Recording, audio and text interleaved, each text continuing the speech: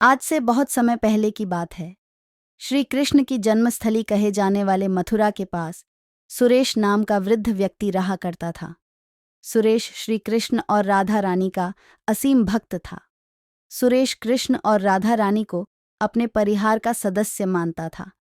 सुरेश की आस्था के चर्चे आसपास पूरे ब्रज क्षेत्र में फैले हुए थे। सुरेश बड्डे ही पवन भाव से राधा व कृष्ण जी की पूजा पाठ किया करता। उसके घर में जब भी भोजन बनता तो वह पहले राधा रानी और कृष्ण को भोग लगाया करता, बाद में खुद उसका सेवा किया करता। उसमें भी राधा रानी को सुरेश अपनी पुत्री मानकर उनकी पूजा पाठ किया करता।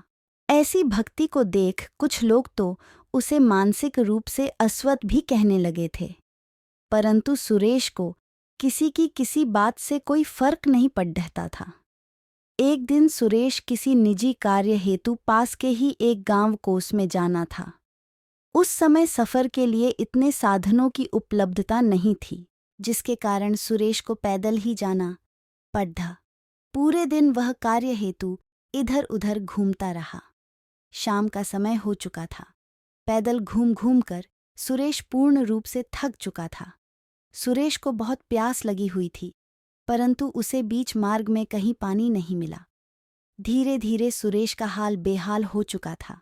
पैदल ही पानी की खोज में सुरेश नंदगांव जा पहुंचा, जहां उसने देखा कुछ किशोरियां कुएं से पानी भर रही हैं। सुरेश ने उनके पास जाकर कहा, बेटी मैं बहुत प्यासा हूँ, क्या तुम मुझे पानी पिला सकती हो? उनमें से एक कन्या ने उत्तर दिया, जी रुकिए, मैं अभी आपको पानी पिलाती हूँ। वह कन्या कुएं से पानी खींचने लगी। तभी सुरेश ने उस कन्या से पूछा कि यह कौन सा गांव है? कन्या बोली, काका, यह नंदगांव है। सुरेश ने तुरंत कहा, नहीं, मैं तुम्हारे यहाँ पानी नहीं पी सकता। कन्या ने पूछा, क्यों काका, कोई बात है क्या? सुरेश बोला, हाँ, यह तो हमारी राधा रानी का ससुराल है, और बेटी के ससुराल का पानी पीना तो पाप का भागी होने योग्य है, और मैं यह पाप नहीं कर सकता।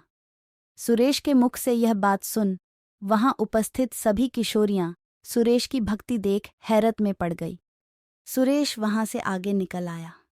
प्यास के कारण उसे चक्कर आने लगे थे। आंखों के आगे सभी धुंधला सा होता जा रहा था। पानी की खोज में पैदल चलते चलते सुरेश नंदगांव से भी बहुत दूर निकल आया था, और एक समय ऐसा आया कि सुरेश प्यास के कारण जमीन पर गिर गया। वह बस बेहोश होने वाला था, परंतु फिर जो हुआ उसे देखने व सुनने वाला सभी हैरान हो गए। पास से ही एक छोटी कन्या दौड़ती हुई सुरेश की तरफ आई और सुरेश के पास आकर बोली, बाबा, यह लो, पानी पी लो, आप बहुत प्यासे हो। सुरेश ने बालिका से कहा कि नहीं बेटा, यह नंदगांव है और मैं यहाँ का पानी नहीं पी सकता। बालिका ने उत्तर दिया कि नहीं बाबा, यह नियम गांव है, नंदगांव तो कब का निकल गया। इतना बोल बालिका ने सुरेश को पानी पिलाया। सुरेश ने बाद में उस बालिका से उसका नाम पूछा। बालिका ने बताया कि मेरा नाम राधा ही, और इतना कहकर बालिका वहां से गायब हो गई। सुरेश आश्चर्य में था। उसने राधा रानी की जय बोलकर उन्हें धन्यवाद किया। यह बात जिसको पता चली, सभी हैरानी में थे कि भक्त की भक्ति के आगे विवश होकर राधा रानी को भी बालिका के रूप में स्वयं आना ही पड़ा।